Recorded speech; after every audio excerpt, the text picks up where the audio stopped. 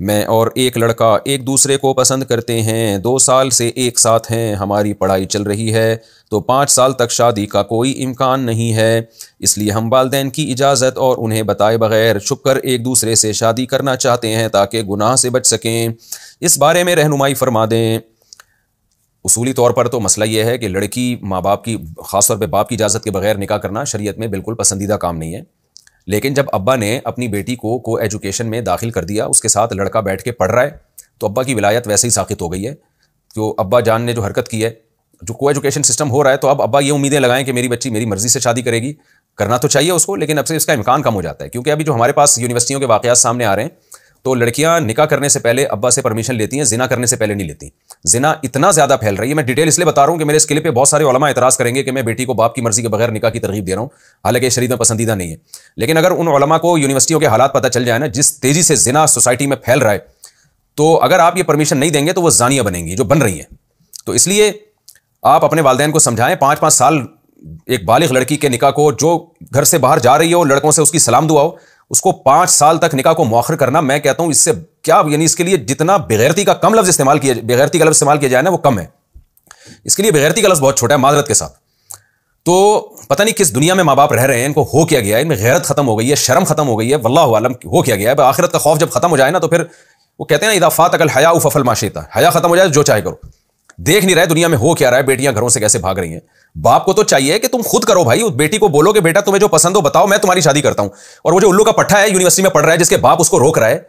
اس کو چاہیے تو اپنے باپ سے پوچھتا کیوں ہے یار؟ تو لڑکی کا تو ولی اس کا باپ ہوتا ہے، لڑکے کا تھوڑی کوئی ولی ہوتا ہے۔ تو یار بول ابا سے، ابا میں نے گرل فرینڈ بنانے سے پہلے میں کسی سے نہیں پوچھتا، تو آپ، میں شادی کر رہا ہوں، آپ مجھے اپریشیٹ کریں، نہیں کر سکتے تو میرے لیے رکاوٹ نہ بنے۔ آپ وہ سارے کام باپ کی مرضی کے بغیر کر رہا ہوتا ہے، نکاح کے وقت اس کو پتہ نہیں موت آتی ہے، میرے پیرنٹس نہیں مان رہے، تو مرد بن یار، تو آدمی بن، تو پجامہ کیوں بنتا ہے تو مرد کو چاہیے ایکشن لے، ابا سے بولیں بھائی ابا میں آپ کا احترام کرتا ہوں، میری شادی کرا دو، نہیں کراتے تو آپ بولیں ٹھیک ہے میں کر کے بتا دوں گا۔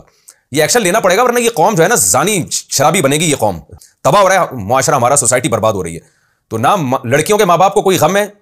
بس ایجوکیشن کے پیچھے پڑے ہوئے ہیں، لڑکی زانیہ بن جائے، ڈاکٹر بنے لیکن اچھی، لڑکا ایک نمبر کا بن جائے، معذرت کے ساتھ میں جذباتی ہو رہا ہوں، بس اچھا سائنٹسٹ بنے، اچھا ڈاکٹر بنے، تو آخرت میں اللہ ٹھکائی لگائے گا تمہاری۔ لوط علیہ السلام کی قوم کو جو اللہ نے تباہ کیا ہے نا، اس لیے نہیں کہ اس میں ڈاکٹر انجینئر نہیں تھے، اس لیے کہ وہ سالے بدکاری کیا کرتے تھے وہ لوگ۔ تو اللہ کو زنا سے بہت شدید نفرت ہے، اس لیے نکاح کو آپ پروموٹ کریں۔ تو ان لڑکیوں کو میں کہتا ہوں کہ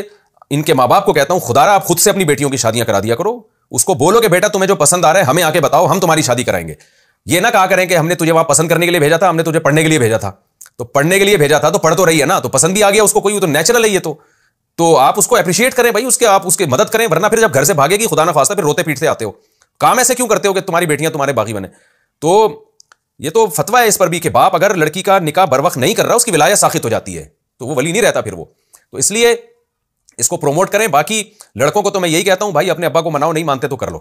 اور رہا یہ مسئلہ کہ سورس آف انکم ہی نہیں ہے، تو یورپ میں جا کے دیکھو نا، پڑھ بھی رہے ہوتے ہیں، کما بھی رہے ہوتے ہیں، تو یہ تم پاکستان یا انڈیا میں یہ کام نہیں کر سکتے۔ صبح پڑھائی رکھو، شام کو یار کچھ اپنا بزنس شروع کرو، کچھ ٹوٹی پھوٹی کمائی شروع کرو، جب ہاتھ پاؤں چلاؤ گے تو انشاءاللہ انکم بھی آئے گی تمہاری، اور اپنے خرچے پہ پھر اپنی بیگم کو رکھو تم۔ ابا تو آج کل مدد کرتے نہیں ہیں، وہ بچے نہیں پیدا کر رہے اس چکر میں کہ تیسرا بچہ آیا تو ہمارا خرچہ بڑھ جائے گا، وہ بہو کا خرچہ کہاں سے اٹھائیں گے؟ فیملی پلاننگ والوں نے تو دل اتنے بنا دیے لوگوں کے، کنجوس بنا دیا لوگوں کو۔ تو اس لیے آپ خود کریں، ابا اماں کا احترام بہت کریں، لیکن جو شریعت کا حکم ہے وہ پہلے ہے۔ تو اس لیے باقی لڑکی کو میں یہ کہتا ہوں کہ اگر وہ ابا نہیں کر رہے تو لڑکی نکاح کر تو سکتی ہے، لیکن اس میں خطرات یہ ہوتے ہیں کہ لڑکا جو ہے نا، وہ